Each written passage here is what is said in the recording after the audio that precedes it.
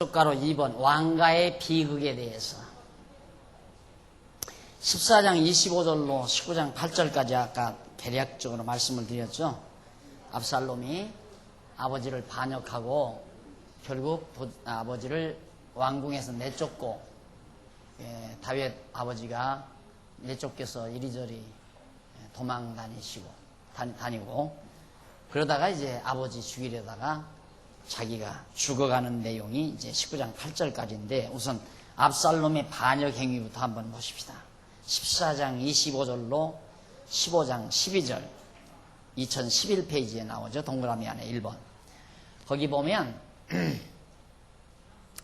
압살롬이 백성의 마음을 도적질을 해요. 그러니까 백성들의 마음을 다 사요.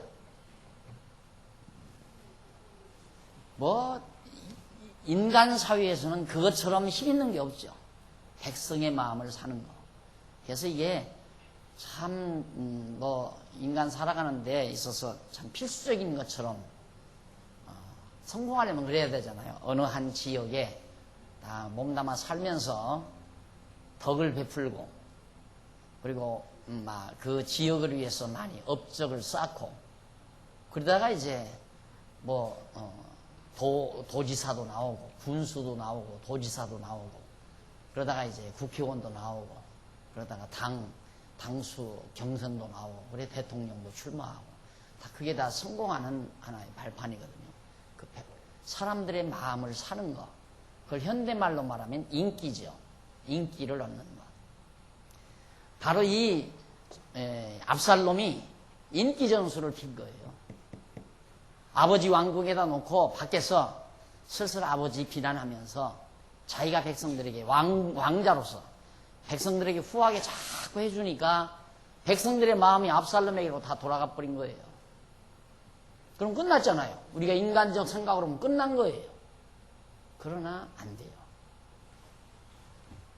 하나님의 뜻대로 된 거예요. 그네가 지난번에도 이번 여름 사경회에서 제가 말씀드렸지만 인기 아무것도 아니에요. 하나님 앞에서는 절대 인기 전략 피면 안 돼요. 그래서 내가 왜 갑자기 안 치던 박수를 그렇게 치냐. 나 정말 쑥스럽다. 20여 년이 넘게 한 3, 4년, 한 2, 3년 동안 38회까지 하면서 내가 박수 받아본 겨를이 없어요. 박수 받아본 얘가 기억이 안 나요. 그런데 이상하게 이번에는 나갈 때 박수 치고 나올 때 박수 치고 끝날 때 박수 치고 난리를 치니까 야 이게 도대체 웬일이냐. 후배 목사님들 박수 쳐주는 건 이해를 했죠. 너무너무 애썼다. 참 수고 많이 했다 하는 뜻에서 그랬는데 나까지 하니까 야 이제는 나까지 야 너 참 수고 많이 했다 이렇게 격려를 해주는 걸까. 안 그러면 나 이해를 못 하겠어요. 내가 왜 그걸 걱정하느냐면 왜 세상에서 그러잖아요. 박수 소리에 의해서 그 사람의 인기를 측정해 가지고 1등 주고 2등 주고 그러잖아요. 그거이 사람 죽이는 거예요. 인기라는 거예요. 그럼 누구 비유 맞춰야 돼요? 인기 얻으려면 누구 비유? 사람 비유 맞춰야 되잖아요. 하나님 뜻, 하나님 기쁘시게 하는 게 아니라 사람 기쁘게 해줘야 돼요. 그래야 인기가 높아지는 거예요. 그래야. 압살롬이 인기 전략 핀 거예요. 백성들의 마음을 다 사버렸어요. 세상적으로 보면 성공했죠. 그러나 죽어버리고 말아요. 안 될 자는 안 되는 거예요. 쓸데없이. 그래서 제가 사실은 지난번 사경회 때 말씀드린 얘기지만 지금까지는 우리 후배 목사님들 지역에 가서 막 고생을 하고 성도들 언제 목회해봤습니까? 성도들에게 여러 가지 어려움도 당하고 또 성도들마저도 정말 몇 분 모여서 목사님 모셔다 놓고 고생하고 그런 게 측은하고 안타까워서 이제 보통 그러죠. 가면서 만나면 목사님 보고 싶어서 왔어요. 그래요. 인간적으로 보면 참 듣기 좋죠. 그 말 자체가. 목사님 보고 싶어서 왔어요. 그러니까 한 번이라도 더 좀 뵈드리고 싶고 마지막 가는 길 좀 인사라도 나누고 싶고 해서 그 교회 어려운 각 지방교회들이 다 어려우니까 그래서 저라도 좀 위로한답시고 끝날 때 좀 저 입구에 나가서 차 타고 나가시는 분들 일일이 손들어 인사하고 보내드리고 그랬어요. 이번에 박수를 받으면서 내가 느낀 게 뭐냐면, 야, 이거 완전히 이거 인기 이거 아니냐.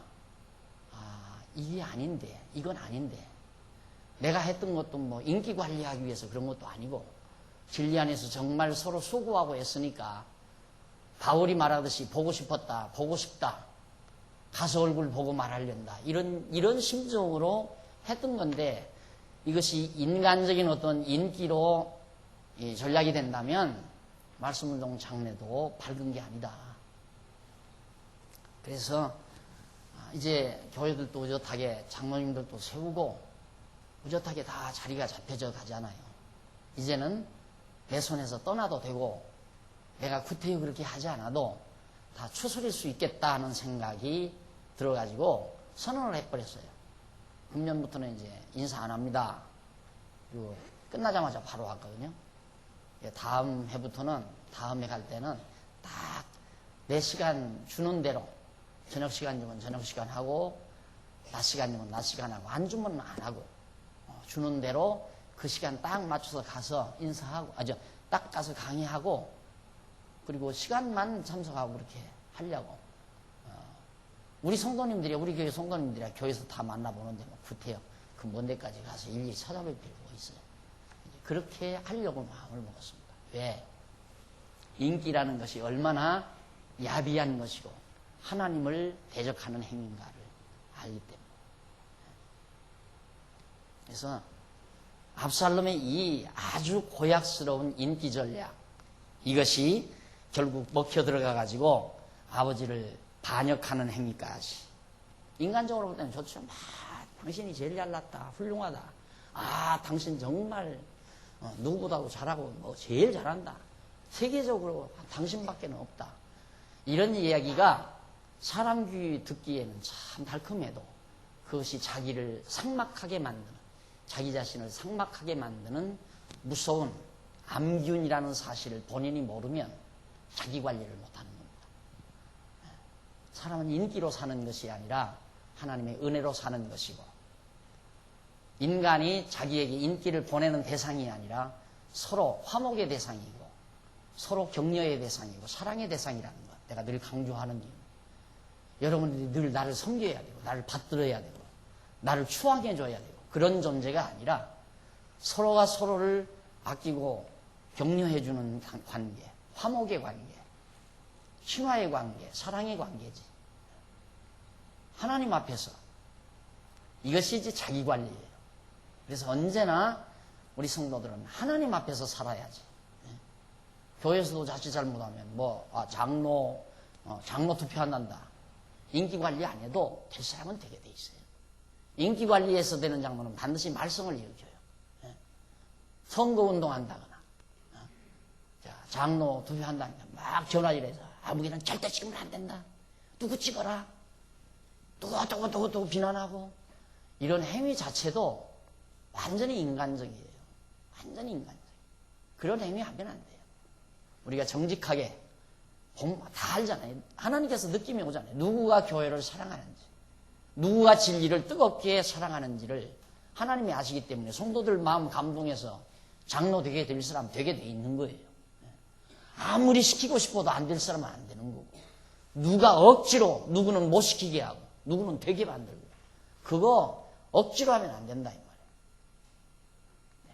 하나님 앞에서 되면 하나님 앞에서 됐다라고 생각해야 되고, 됐는데 내가 인기 관리해서 됐다. 누가 그러더라고요. 쌀 2가마 떡을 해서 냈더니만 장로가 되더래요. 교인들한테 쌀 2가마를 뭐 떡을 해서 냈더니만은 장로가 되더라. 그런 장로이기 때문에 교회를 하는 거죠. 정말 진리를 사랑하고 영혼을 사랑하는 뜨거운 열정을 가진 진짜 하나님 앞에서 하나님께서 정말 세우시는 장로, 그래야 교회를 사랑하고 영혼을 사랑하는 아름다운 장로로서 교회를 세워가는 거죠. 절대 인기 전략 피면 안 됩니다. 인생 그렇게 사는 게 아니에요. 인기 전략 피면 안 돼요. 순수하게 하나님 앞에서 소박하게. 사람이 자꾸만 상대를 의식하기 시작하게 되면 그런 얍삭한 인간이 돼버리고 말아요. 하나님 앞에서 자기를 늘 느끼고 살면 나를 칭찬하든 안 하든 박수를 치든 안 치든 관계가 없죠. 근데 내가 놀란 것은 갑자기 막 안압박으로 그러니까 나갈 때 그러고 들을 때 그러고 그러니까 공모를 했나 누가 바람을 잡나. 틀림없이 내가 볼 때는 저 후배 목사님들 중에 누가 바람 잡은 걸 못해요. 한쪽에서 치기 시작하니까 막 따라서 치는 것 같은데 별로 아름다운 일이 아니죠. 박수 치는 것도 별로 아름다운 일이 아닙니다. 잘못하면 사람이 거기에 현혹이 되니까. 자, 그래서 이제 압살롬이 그렇게 완전히 사람들, 백성들의 마음을 다 도둑질 해가지고 하는데 아주 압살롬이 인품이 잘생겼어요. 인품이 잘생기고 아름답고 백성들로부터 굉장히 추앙을 받죠. 인기를 얻었다, 인기를 얻고 살았다 이 말이죠.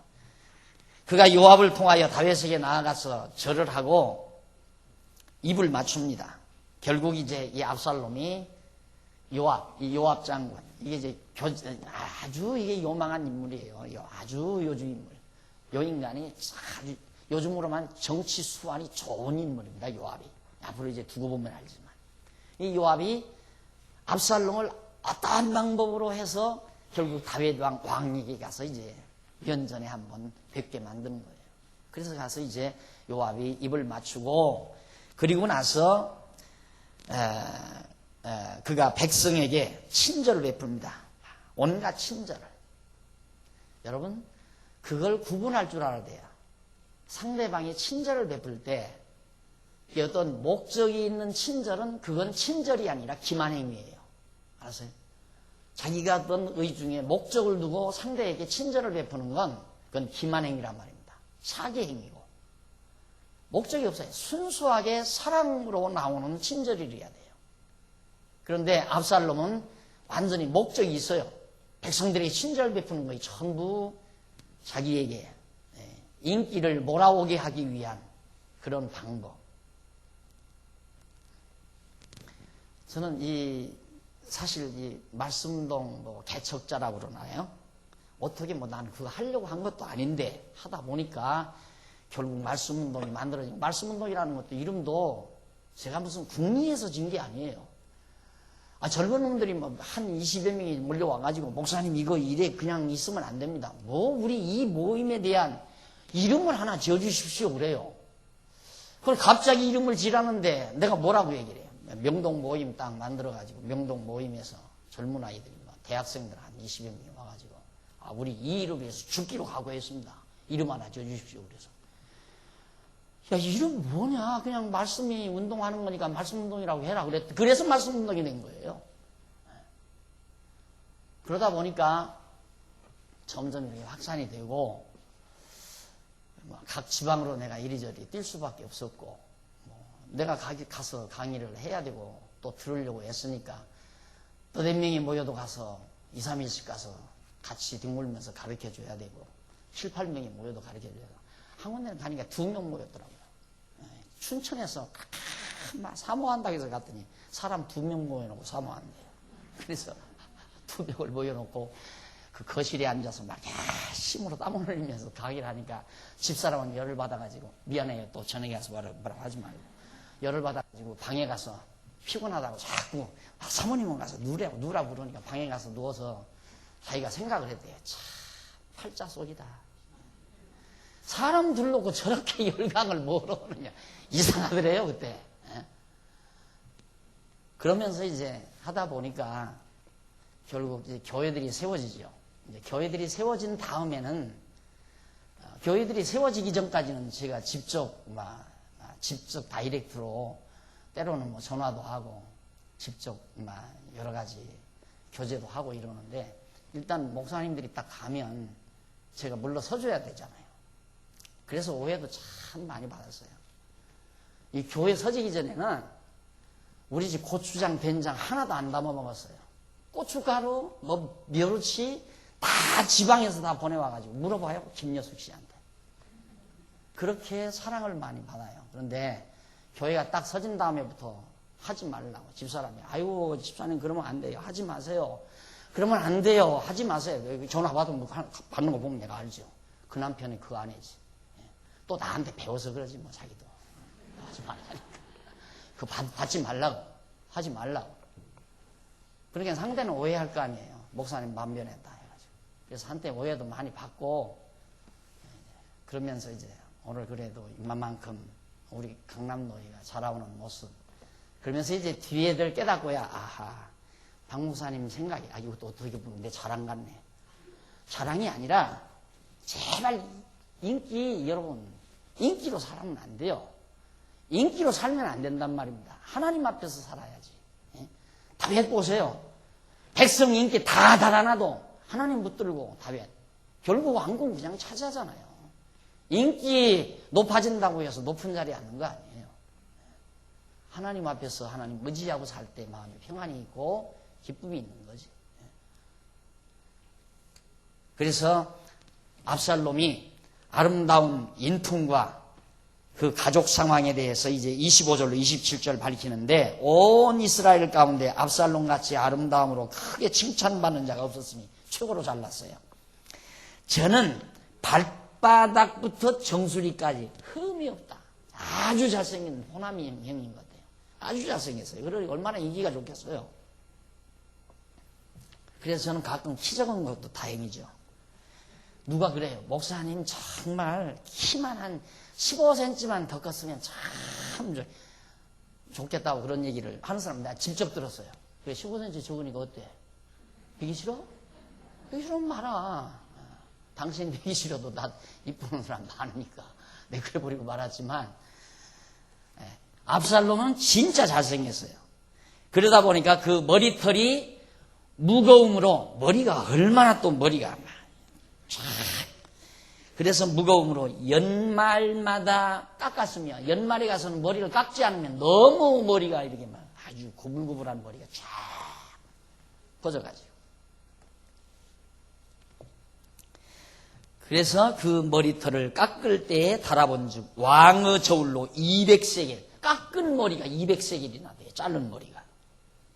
압살롬이 아들 셋과 딸 하나를 낳았는데 딸의 이름이 다말이라. 얼굴이 아름다운 여자더라. 아름다운 아버지 돼서 아름답게 딸도 낳았겠죠. 그러니 딸도 아름답고 아버지도 미남이고 얼마나 인기가 좋겠어요. 이게 다 연예계로 나갔어야 되는데 그래서 내가 항상 인기 얻으려면 연예계로 출연해. 연예계. 목사나 장로나 집사 권사 인기직이 아니야. 인기 얻으려고 하지 말라.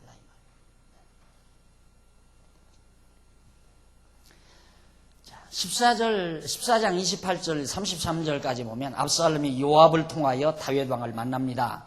압살롬이 이태 동안을 예루살렘에 있으되 2년 동안 아버지를 못 만났어요. 왕의 얼굴을 보지 못하였으므로 요압을 왕께 보내려 하여 요압이 이제 아주 교묘하게 이제 모사를 꾸미는 거죠. 사람을 보내어 부르되 오지 아니하고 또 다시 보내되 오지 아니하는지라. 압살롬이 그 종에게 이르되 보라 요압의 발이 내 발 근처에 있고 거기 보리가 있으니 가서 불을 놓으라. 압살롬의 종들이 그 밭에 불을 놓았더니 요압이 일어나 압살롬의 집으로 와서 압살롬에게 이르되 어찌하여 네 종들이 내 밭에 불을 놓았느냐. 압살롬이 2년 동안 아버지를 못 봤는데도 요압을 왕께 보내래. 요압을 이제 이 압살롬이 요압을 다윗 왕에게 보내가지고 어떻게 좀 다윗 왕을 만나보고 싶은데 요압이 자기 집에 안 오는 거예요. 사람을 보내도 또 안 오고 그러니까 자기 종 요압 압살롬이 자기 종을 시켜가지고 이 요압의 보리밭에다가 불을 질러 버렸어요. 이 압살롬이 시켜가지고. 그러니까 그때야 요압이 쫓아온 거예요. 당신 종들이, 네 종들이 어떻게 왜 우리 보리밭에다가 불을 질렀느냐. 그렇게 해서 이제 만나가지고 요압에게 부탁을 하는 겁니다. 이 압살롬이. 그래서 결국 요압이 일어나 압살롬의 집으로 와서 압살롬에게 이르되 어찌하여 네 종들이 내 밭에 불을 놓았느냐. 압살롬이 요압에게 대답하되 내가 일찍 사람을 보내어 너를 이리로 청한 것은 내가 너를 왕께 보내어 고하게 하기를 어찌하여 내가 그술에서 돌아오게 되었나이까. 이때까지 거기 있는 것이 내게 나으리이다 하려 함이로라. 이제는 네가 나로 왕의 얼굴을 보게 하라. 내가 만일 죄가 있으면 왕이 너를 죽이시는 것이 가하니라. 죄가 있으면 왕이 너를 죽이는 게 가하니라. 죽이시는 것이 가하니라. 다시 요압에게 대답하되 내가 일찍 사람을 보내어 너를 이리로 청한 것은 내가 너를 왕께 보내어 고하게 하기를 어찌하여 내가 그술에서 돌아오게 되었나이까. 이때까지 거기 있는 것이 내게 나으리이다 하려 함이로라. 이제는 네가 나로 왕의 얼굴을 보게 하라. 내가 만일 죄가 있으면 왕이 나를 죽이시는 것이 가하니라.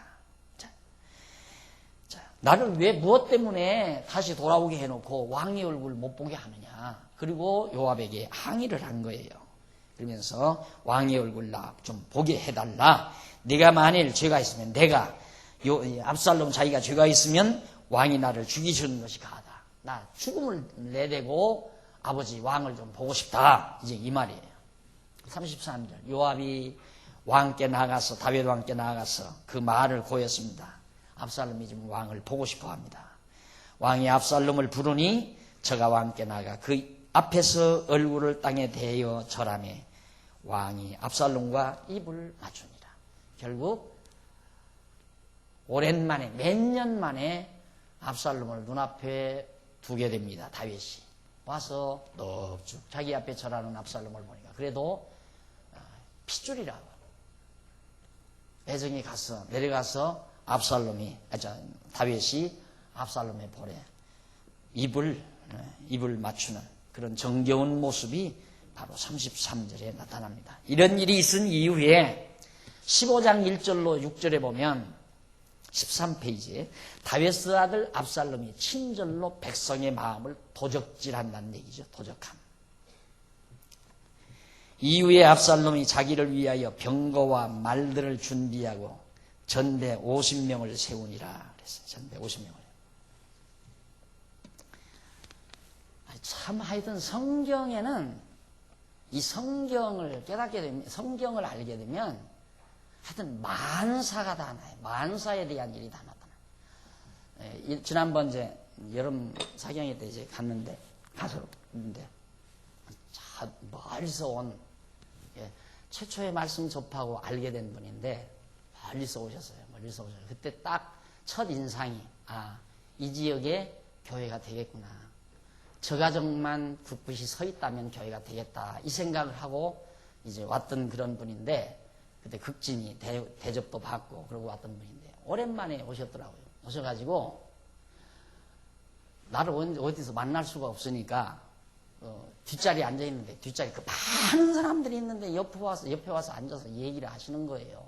그런데 벌써 거기는 교회가 서져가지고 목사님이 목회를 하는 곳인데 한참 얘기했는데 하필이면 그 목사님이 또 왜 들어와 그 시간에 조금 늦게 들어오지. 딱 들어와가지고 그 옆에 딱 서 있는데 빨리 좀 가셨으면 좋겠어. 알았어요. 네, 알았어요. 이 얘기는 다른 얘기가 아니에요. 뭐 목사님이 흉먹은 것도 아닌데 그 목사님이 듣기에는 저 집사가 나한테는 별 얘기 안 하면서 어떻게 박 목사님 만나서 뭘 저렇게 다 고자질을 하나 이렇게 느낄 거 아니에요. 그래서 막 안타까워가지고 그랬는데 사실 말하는 건 그거거든요. 당신 딸이 결혼을 한대요. 결혼해서 사당동으로 이사를 온답니다. 그래서 야야 너는 어떻게 그렇게 복이 많니? 너는 장안중앙교회 교인이 되겠다. 자기가 그랬다고 하면서 그 얘기를 그렇게 늘어놓는 거예요. 알았어요. 네. 뭔 얘기 하려고 그러는지 아시겠죠? 압살롬이 그 목사님 교회 집사인데 중진 집사인데 그 마음 내가 뺐으면 어떡할 거예요? 내가 뺐으면 목회가 되겠어요? 안 되지. 거기 목사님이 엄연히 가 계신데 목사님하고 마음 맞아서 그래서 내가 지난번 한바탕 또 큰 소리 외쳤잖아요. 각자 자기 목사님이 최고로 귀하다고 그러니까 막 아멘 소리 나왔대. 아멘 앞에서 누가 그러더라고. 끝나고 가니까 목사님들이 그래. 그 아멘 누가 했네요. 야 이제 신바람 나는 얘기 나온다고 막 기대를 가지고 귀를 쫑긋하고 있는데 누가 앞에서 아멘 하니까 목사님 말이 쏙 들어갔다고. 그 뒤로 조금만 더 해주시지. 이게 자기들 마음에 가려운 부분을 내가 얘기한 거죠. 당연하잖아요. 매일 주일 아침마다 시간마다 귀차게 떨어지도록 외쳐주는 목사님이 최고지. 자기 목사님이 최고지. 안 그래요? 나는 우리 교회 성도들에게도 마음 다 못 주고 살아요. 너무 많아서, 숫자가 많아서. 그래서 흐뭇해서 그런지는 모르지만 그게 아니에요. 당연하잖아요. 당연히. 내 교회 목사님이 최고로 알고 같이 모아서 마음 모아서 위로하고 격려하고 살아야죠. 자꾸 백성들의 마음, 당연히 백성들은 다윗과 더불어 다윗 왕권 아래서 다윗을 바라보면서 다윗의 통치를 받으면서 살아야 당연한데 친절 좀 베푼다고 해서 압살롬한테 전부 백성들의 마음이 다 돌아가 버리니까 나라 꼴이 무슨 꼴이 되겠어요. 그래가지고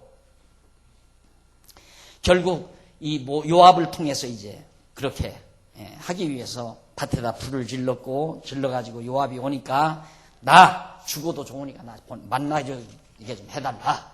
그래서 만난 거란 말입니다.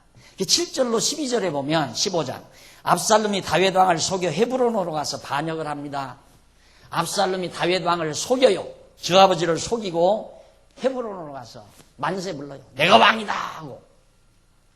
얼마나 나쁜 놈이에요. 7절 4년 만에 압살롬이 왕께 고하되 내가 여호와께 서원한 것이 있사오니 청컨대 나로 헤브론에 가서 그 서원을 이루게 하소서. 종이 아람 구술에 있을 때에 서원하기를 만일 여호와께서 나를 예루살렘으로 돌아가게 하시면 내가 여호와를 섬기리이다 하였나이다. 4년 만에 압살롬이 다윗 왕께 말하기를 내가 여호와께 서원한 것이 있사오니 청컨대 나로 헤브론으로 좀 가게 해달라. 헤브론이라고 하는 도성으로 날 좀 가게 해달라. 자기 아버지한테 요청을 했어요. 그 서원을 좀 이루도록. 그러면서 종이 아람 구술에 있을 때 그렇게 압살롬 자기가 구술 땅에 있을 때 서원하기를 만일 여호와께서 나를 예루살렘으로 돌아가게 하시면 내가 여호와를 섬기리이다. 여호와께 제사를 드리겠다 이 말이에요. 섬기겠다.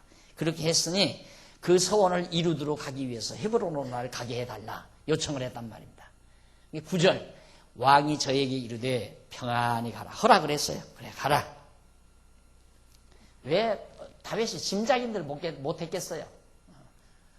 사실 그 도성 헤브론이라는 도성으로 다윗을 보낸다는 것은 그놈이 가서 지금 다 백성들의 마음을 다 사가지고 지금까지도 자기 형제를 죽이고 그랬는데 이거 그동안 마음이 제대로 돌아섰는지 안 섰는지 알 수도 없는 거고 야심이 그냥 있다는 것도 다윗이 알고 있을 텐데 그래 너 가고 싶으면 가라 이 말이에요. 간다면 가라고 하고 온다면 오라고 하고 한다면 하라고 하고 안 한다면 하지 말라고 하고 그 다음에 나오는 명령문은 아무것도 아닌 거예요. 하라 하지 말라. 안 한다니까 하지 말라는 거고 한다니까 하라는 거고 집사한다면 하라고 그러고 안 한다면 하지 말라고 그러고 처음에 개척을 하니까 개척할 때 새해에 집사 일을 좀 하셔야죠. 그러니까 여자분들은 이걸 틀더라고요. 어깨를 이렇게 틀어요. 아이고 제가 어떻게 해요? 이래 어깨를 틀면서 사정해서 시키다 보니까 계속 물려 들어가요. 제가 사정해서 시키다 보니까 어떻게 물려 들어가냐면 나를 약 올리려면 나 교회 못 나가겠어요. 나 안 나갈래요. 가만히 생각해야 내가 아쉬운 사람이 된 거예요. 점점. 그래서 그 다음부터 고함치는 게 내가 뭐가 아쉽냐. 내가 맛있는 밥을 해놨는데 배고픈 사람이 아쉽지 밥 해놓은 사람이 뭐가 아쉽냐. 먹고 싶으면 와서 먹어라. 그 다음부터 제가 확 전향을 해서 하고 싶으면 하고 하기 싫으면 말라. 그렇게 된 거예요. 맞아요. 하고 싶으면 하고 하기 싫으면 하지 말라. 간다니까 가라고 하는 거예요. 간다. 나 헤브론으로 갈랍니다. 거기 가서 무슨 모사를 꾸밀 줄 다윗이 왜 몰랐겠습니까? 그 지혜로운 사람이. 하면서 가라 그 말이에요. 가라. 헤브론으로 가라. 거기서 만세 불렀잖아요. 만세. 반역하고. 그렇게 해서 다윗이 결국 왕궁을 쫓겨나가는. 비애죠. 비애. 비극적인 일이죠. 과정만 보면. 그래서 10절에 보면 이에 압살롬이 정탐을 이스라엘 모든 지파 가운데 들어 바로 가라 허락하자마자 정탐들을 전부 모든 전 이스라엘 나라에 전 이스라엘 도성에다 전부 보냅니다. 모사꾼들을 보내는 거죠. 전부 보내가지고 두루 보내요. 이르기를 너희는 나팔 소리를 듣거든 곧 부르기를 압살롬이 헤브론에서 왕이 되었다. 그렇게 고함치라 이 말이에요. 각 지역에다가 전부 사람을 보내가지고 나팔 소리가 확 나거들랑 압살롬이 이스라엘의 왕이 되었다라고 크게 고함을 치라. 완전히 반역이지요. 반동. 그렇게 다 짜놓고는 헤브론에서 왕이 되었다라 하니라. 11절. 그때 압살롬에게 청함을 받은 200명이 그 사기를 알지 못하고 아무 뜻 없이 예루살렘에서 저와 함께 갔다. 이 압살롬의 그 계략을 알지도 못하고 다 따라간 거예요. 압살롬에게 청함 받은 말, 야, 날 따라가자, 가자, 헤브론으로 갔는데 나하고 동행가자 해서 한 200여 명을 데리고 간 거예요. 예루살렘에서. 그 사람들은 아무것도 모르고 따라간 거죠. 그리고 12절 제사 드릴 때 압살롬이 사람을 보내요. 다윗은 모사 길로 사람 아이도벨을 그 성읍 길로에서 청하여 온지라. 반역하는 일이 커감해 압살롬에게로 돌아오는 백성이 점점 많아져요. 야, 사태는 이미 압살롬에게로 다 기울었다 하니까 백성들이 다윗에게서 전부 압살롬에게로 전부 마음을 다 돌이키는 거예요. 위기 아니에요? 가장 큰 위기죠. 갈 테면 다 가라. 다윗은 그것도 모르죠. 다 가는 줄도 모르죠. 그러나 요압이 그런 행동을 하기 위해서 헤브론으로 간다는데 하고 싶으면 가라 이 말이에요. 가서 해라. 다윗은 아무것도 모릅니다. 지금 그렇게 반동이 일어나는지는 구체적으로 모를 거 아니에요. 백성들은 점점 인기가 압살롬에게로 다 돌아가 버리고 그러자 16페이지 동그라미 안에 2번 보면 다윗 왕의 순환이 다가옵니다. 다윗 왕이 순환을 겪어요. 거듭 말씀드리지만 다윗 그냥 왕의 자리에 앉을 걸 무엇 때문에 압살롬 그렇게 해서 다시 왕위에 오르게 하는가? 이 고통을 왜 당하게 하고? 아까 말씀드렸죠. 배우게 하시죠. 무엇 때문에 우리를 망하게도 하고 흥하게도 하는가? 무엇 때문에 우리를 죄 가운데 집어넣기도 하고 죄 가운데서 벗어나게도 하는가? 전부 다 하나님 당신을 우리로 하여금 깨달아 알고 경외케 하시려는 거예요. 모든 일이 모든 만사가. 그러니 여호와 하나님을 알고 경외하며 산다는 것이 결국 삶의 목적이라니까. 사는 목적이 그거예요. 망하는 목적도 그거고 흥하는 목적도 그거고 죄 가운데 빠져드는 것도 그거고 죄 가운데서 벗어나는 것도 그거고 다 하나님 여호와 배우고 경외케 하려는 것이 하나님의 섭리의 목적이란 말입니다. 그런데 그걸 모르니까 허탄한 데 자꾸 우리 관심이 쏠리는 거예요. 내가 뭘 업적을 이루어 놓으려는 거. 내가 우리 아이들한테 배운 게 있어요. 아빠가 글을 빨리 이거 강론집을 빨리 써야 한다.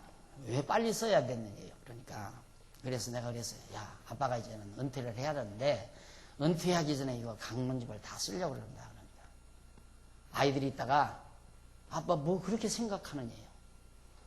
그렇게 생각할 필요 없대요. 그냥 쓰면 쓰는 거고 못 쓰면 마는 거지. 아, 내가 아이들한테 부끄러워가지고요. 내가 왜 이랬지? 몇 번 후회를 했어요.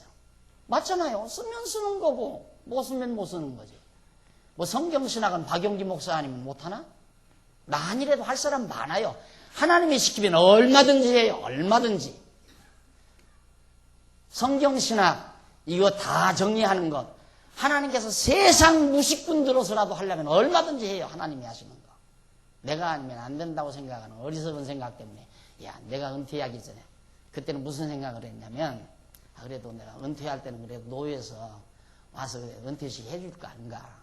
은퇴식 할 때 그래도 야, 이 성경 강론집 출판 기념회도 좀 같이 하고 굉장히 제가 부끄러웠어요. 아이들이 그 말 듣고는.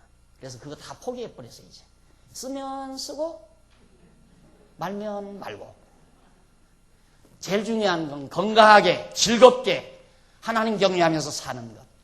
가장 최고 중요한 내 삶의 목표. 건강하게 강건하게 즐겁고 편안하게 하나님 여호와 모든 일에 인정하며 사는 삶.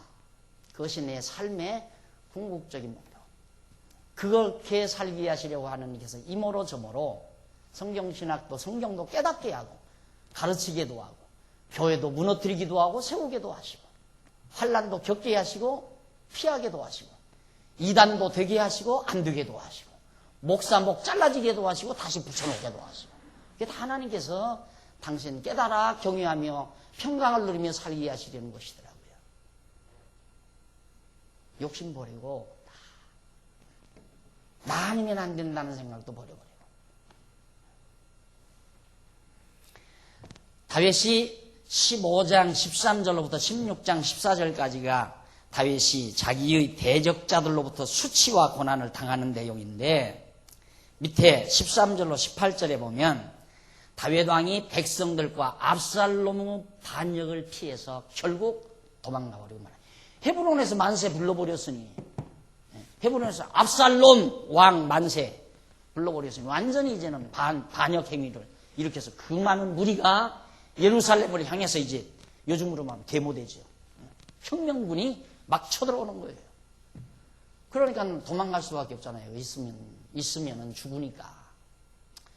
다윗이 조금만 믿음 더 있었으면 안 도망가고 가만히 있어도 될 것 같은데 지금 내 생각으로는 그래요. 나도 도망갈지 안 도망갈지는 모르지만 죽일 테면 죽여라 하고 예루살렘에 가만히 있어도 다윗이 죽을 사람이 아니잖아요. 하나님이 세우는 자가 왜 죽겠어요? 그런데 어쨌든 하나님께서 다윗을 도망치기 위해서 순환을 겪게 만들어요. 왜? 오늘 우리로 하여금 배우게 하려고. 하나님이 순환을 겪게 만들어요. 순환도. 하나님이 순환을 주신다 이 말이에요.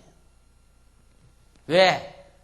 다윗이 왕위에 오르는 것은 다윗 자신의 능력으로 왕위에 오르는 것이 아니라 하나님의 능력으로 된다는 사실을 다시 한번 확인시키기 위해서. 박 목사가 잘나서 장안중앙교회 당회장 되고 강남도회 노회장을 한 게 아니잖아요. 하나님이 그렇게 세워놓은 거지.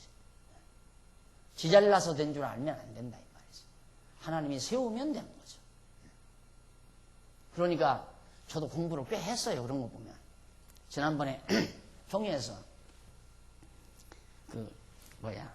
조정위원 중 한 분 되시는 그분이 오셔서 날더러 목사님 총회장을 좀 하셔야한대요. 총회장을 하셔야한다고 그러면서 총회장 하기 위해서 이런 질서를 밟읍시다 그래서 제가 비슷이 웃으면서 미소를 띠면서 내가 그랬어요. 목사님, 내가 총회장 하는 게 중요한 게 아니야. 총회장이 중요한 게 아니고 내가 총회장이 되는 것이 하나님의 뜻이라면 언제 돼도 된다.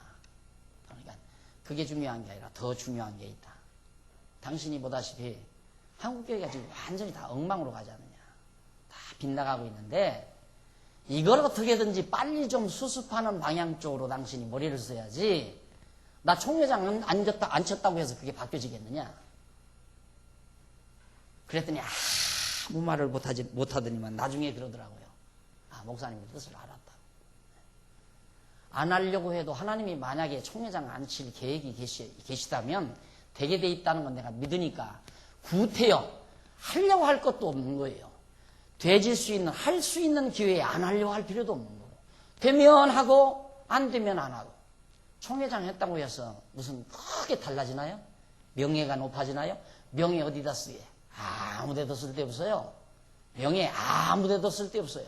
인기 아무데도 쓸데없어요. 뭐가 쓸데있나?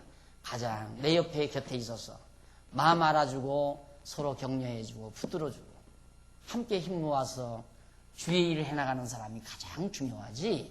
인기는 박수 몇 번 쳐주고 그 다음 다 잊어버려요.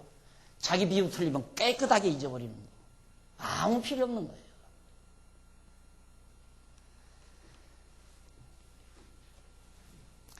자, 사자가 다윗에게 와서 고하되 이스라엘의 인심이 다 압살롬에게로 돌아갔나이다 한지라. 다윗이 청천벽력 같은 얘기죠. 다윗이 예루살렘에 함께 있는 모든 신복에게 이르되 일어나 도망하자. 그렇지 아니하면 우리 한 사람도 압살롬에게서 피하지 못하리라. 빨리 가자. 두렵건대 저가 우리를 급히 따라와서 해하고 칼로 성을 칠까 하노라. 지금 막 몰려오니까 압살롬의 이 혁명 무대가, 반동 무대가 지금 막 예루살렘을 향해서 온다. 시급하다. 빨리 도망가자. 왕의 신하들이, 신복들이 왕께 고하되 우리 주 왕의 하고자 하시는 대로 우리가 행하리이다 하더라. 왕이 나갈 때 권속을 다 따르게 하고 후궁 10명을 남겨두어 궁을 지키게 하니라. 후궁 10명만 남겨서 왕궁을 지키게 하고 다 도망가 버렸어요. 왕이 나가면 모든 백성이 다 따라서 벤메르하게 이르러 머무니 모든 신복이 그 곁으로 지나가고 모든 그렛 사람과 모든 블렛 사람과 및 왕을 따라 가드에서 온 600인이 왕의 앞으로 진행하니라. 상당히 많은 숫자가 왕을 거느리고 도망을 치게 됐습니다. 참으로 참 불행한 일이죠. 너무도 불행한 일이죠. 자, 이들은 이렇게 해서 이제 다윗이 왕궁을 떠났는데 19절로 23절 보면 17페이지 다윗 왕이 가드인 이때의 충언을 듣고 함께 광야로 갑니다. 그때 왕이 가드 사람 이때에게 이르되 어찌하여 너도 우리와 함께 가느냐? 너는 쫓겨난 나그네니 돌아가서 왕과 함께 네 곳에 있으라. 너는 나그네니 돌아가서 왕과 함께 네 곳에 있으라. 너는 어제 왔고 나는 정처 없이 가니 오늘날 어찌 너로 우리와 함께 유하게 하리요. 너도 돌아가고 네 동포들도 데려가라. 은혜와 진리가 너와 함께 있기를 원하노라. 왕이 가드 사람 이때라는 사람이 있어요. 가드는 블레셋 도성이거든요. 그러니까 이스라엘이 아니고. 근데 그 가드 사람 이때가 이제 따라오니까 무엇 때문에 너는 날 따르느냐. 나는 이미 패자다. 너 어제 왔는데 내가 너를 어떻게 해줄 수가 없는 입장인데 날 따라오지 말고 너 왕 가서 섬기고 너 백성 데리고 가라. 다윗이 그렇게 이야기를 합니다. 난 너 책임 못 지니까 가라 이 말이죠. 요즘 보통은 안 그러잖아요. 무조건 따르면 좋아하잖아요. 자기 따르면 좋아해. 자기 추종하고 따르면. 다윗은 나 너 책임 못 지니까 가라 그 말이에요. 가라. 그리고 너 왕 가서 섬겨라. 이때가 왕께 대답하여 가로되 여호와의 사심과 우리 주 왕의 사심으로 맹세하옵나니 진실로 내 주 왕께서 어느 곳에 계시든지 물론 사생하고 종도 그곳에 있겠나이다. 이때라는 사람은 대단히 충성이 대단한 사람이에요. 아닙니다. 어떤 경우든지 따르겠습니다. 마치 베드로가 죽을지언정 내가 주를 따르겠나이다 하더니만 그런 얘기 하더니만 이때라는 사람도 그런 얘기를 하는 거예요. 사생결단하고 내가 따르겠습니다. 다윗이 이때에게 이르되 앞서 건너가라 하며 가드 사람 이때와 그 종자들과 그 백성들이죠. 그와 함께한 이들이 다 건너가고 온 땅 사람이 대성통곡하며 모든 인민이 앞서 건너가며 왕도 기드론 시내를 건너가니 건너간 모든 백성이 광야길로 향하니라. 참 비참하잖아요. 왕이 아들에게 쫓겨서 반동군들에게 쫓겨가지고 왕궁을 저버리고 결국 허들판 광야를 향해서 쫓겨나는데 백성들도 다 통곡하는 거예요. 그 가는 백성들도. 다윗도 할 수 없이 패자가 돼서 조그만 기드론 시내를 건너서 광야길로 접어드는 처참한 다윗의 모습이 그려져 있습니다. 그 다음 24절로 29절에 보면 다윗 왕이 성에서 메고 온 언약궤를 다시 돌려보냅니다. 다윗 왕이 나올 때 하나님의 언약궤를 메고 나왔어요. 그걸 가지고 나왔어요. 그건 놓고 나올 수가 없었어. 그런데 그걸 다시 돌려보내요. 예루살렘으로. 사독과 그와 함께한 모든 레위 사람이 하나님의 언약궤를 메어다가 내려놓고 아비아달 또 올라와서 모든 백성이 성에서 나오기를 기다리더니 왕이 사독에게 이르되 하나님의 궤를 성으로 도로 메어가라. 만일 내가 여호와 앞에서 은혜를 얻으면 도로 나를 인도하사 내가 그 궤와 그 계신 데를 보이시리라. 다윗은 절망하지 않잖아요. 왜 절망하지 않는가? 하나님의 작정하신 뜻, 여호와 하나님을 알기 때문에 절망하지 않아요. 왜 그 언약궤를 가지고 나오느냐? 갖다 도로 돌려놔라. 예루살렘. 왜냐하면 하나님께서 나에게 은혜 베푸시면 내가 다시 돌아와서 언약궤 곁에서 나라를 다스리고 하나님을 경외할 수 있을 거다 그 말이에요. 이게 믿음이에요. 이게 살아있는 믿음 아니에요. 그래서 우리가 하나님 여호와를 안다는 것이 그만큼 당당해지는 거예요. 내가 하면 되고 안 하면 안 되고가 아니에요. 될 건 되게 돼 있는 거예요. 하나님께서 하실 수 있도록 하는 거고 또. 그래서 결국 하나님께 이런 믿음을 가진 다윗이 언약궤를 돌려보내면서 이렇게 말합니다. 선히 여기시는 대로 내게 행하시옵소서 하리라. 자, 그러나 보이시리라. 26절. 그러나 저가 말씀하시기를 내가 너를 기뻐하지 아니한다 하시면 종이 여기 있사오니 선히 여기시는 대로 내게 행하시옵소서 하리라. 그러나 만약 하나님께서 말씀하시기를 내가 너를 기뻐하지 아니한다 그렇게 하시면 종이 여기 있사오니 선히 여기시는 대로 내게 행하시옵소서 하리라. 여기서 선히 여긴다는 말, 하나님이 좋게 여기시는 대로 하십시오. 만약에 하나님이 나 너 기뻐하지 않는다 하면 하나님 좋으신 대로 하십시오 할 수밖에 없다 이 말이죠. 그러나 하나님 좋으신 대로 여기 나오잖아요. 정해 있는데 다윗이 하나님 마음에 합한 자라고 이미 말씀한 거예요. 그러니까 다윗은 내가 지금 쫓겨나지만 다시 성곽에 들어와서 하나님 경외하며 백성을 다스린다는 이 소망을 잃지 않고 정말 왕궁을 떠나는 다윗의 모습이 여기에 그려져 있습니다. 17절, 27절. 왕이 또 제사장 사독에게 이르되 네가 선지자가 아니냐? 너는 너희의 두 아들 곧 네 아들 아히마스와 아비아다르 아들 요나단을 데리고 평안히 성으로 돌아가라. 너 제사장 너 날 따라오지 말아라. 그냥 예루살렘에 머물러 있어라 이 말.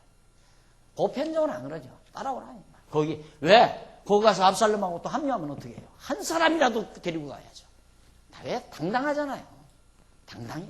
당당해요.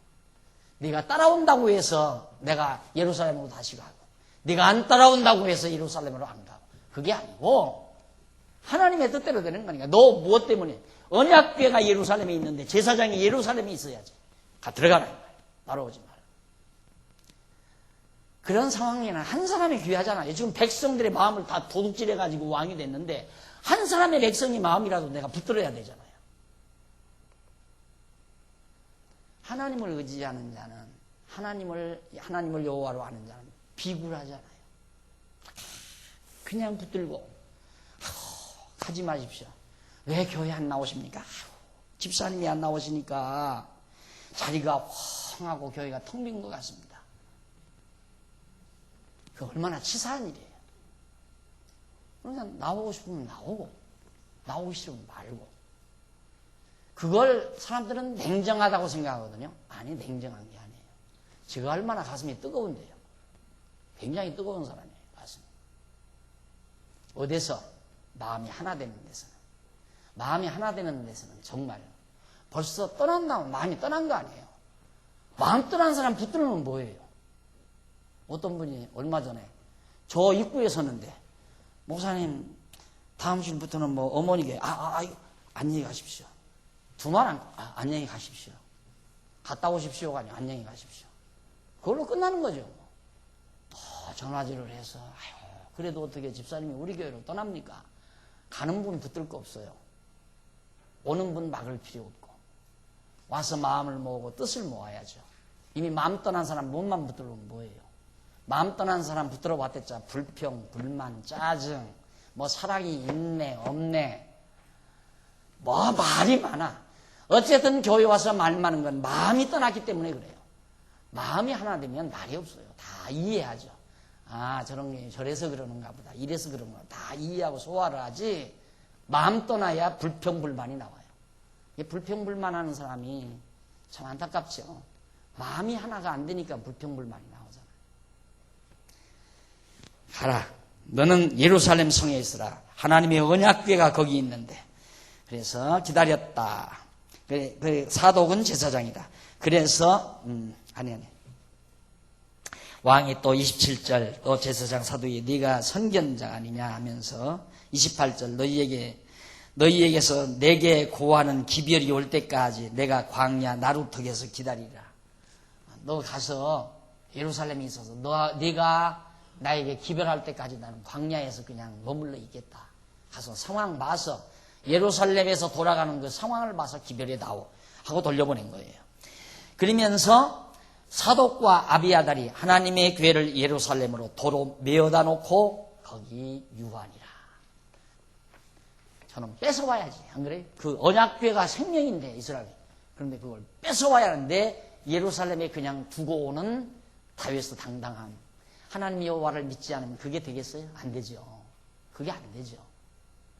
근데 내가 이렇게 보기에는 다윗이 아주 정말 그 들판에서 고생하면서 산 정말 그런 모습처럼 내가 느껴지거든요. 그런데도 그가 살아가는 모습은 너무너무 당당해요. 한 나라의 통치자로서 대범해요. 아주 당당해요. 그리고 마음의 폭이 너무너무 크고요.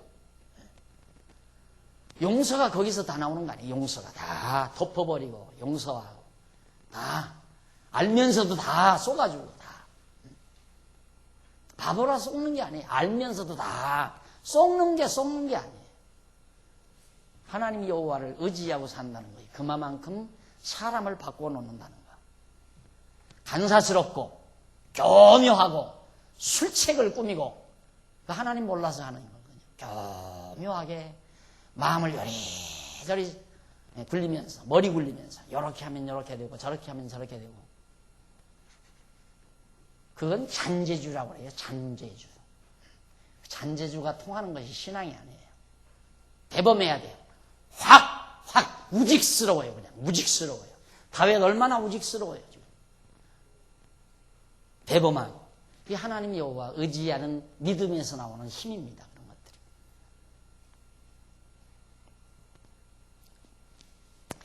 그래서 결국 다윗 왕이 울며 이제 떠나게 되는데 거기 30절로부터 37절 거기 보면 다윗 왕이 울면서 가다가 후세라는 사람을 만나서 정탐자로 보내는 그런 사건이 하나 일어나게 됩니다.